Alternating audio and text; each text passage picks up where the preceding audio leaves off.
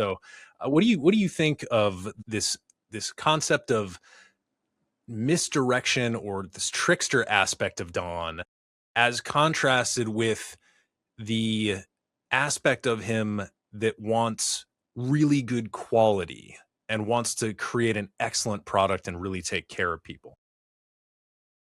Yeah, I will say Donn, to internally we've kind of compared him to like a Willy Wonka or Walt Disney or something.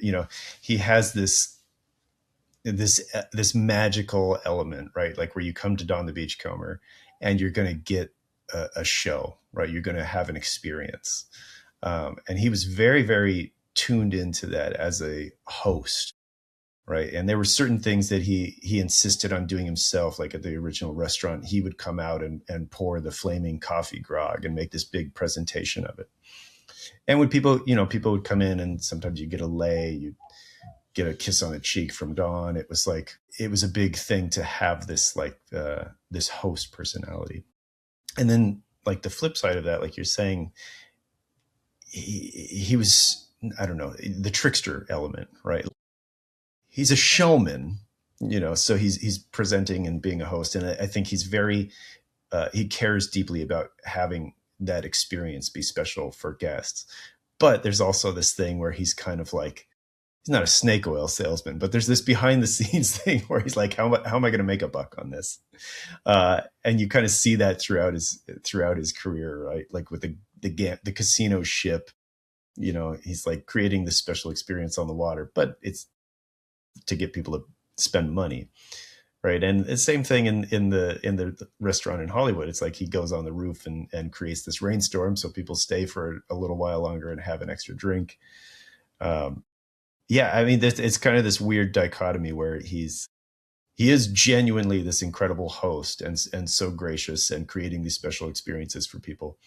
But there's always a little something in it for Donn too. Alex, what do you think of the that sort of quality and misdirection disparity?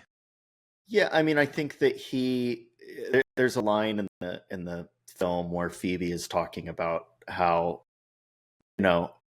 he was obsessed with quality and authenticity, and it was in order to make money, yes, but it was done with a certain amount of respect and like gravitas. It was done because, it's sort of like, you could do something to make a quick buck, but if you're going to do it really well, you're going to make a lot more because people are going to keep coming back because they're going to know this is different and this is, quality over quantity. And I think that he knew that early on. He realized that, especially, especially I think when he went to Hawaii and he saw what was going on in Hawaii and how, authenticity is what people wanted to see when they came to Hawaii, but they weren't really seeing it anymore. Especially when Hawaii was becoming a state, it was really just becoming another part of America. And he knew that, you're going to have a lot more people traveling here if you show them Hawaiian culture and you show them what it is that they're coming here to see so that they're not disappointed when they get off the plane. So I think he was really smart in knowing what people were going to want and knowing, the more authentic it is and the more real it is, people are going to appreciate it more. And they're going to open their wallets more too. I mean,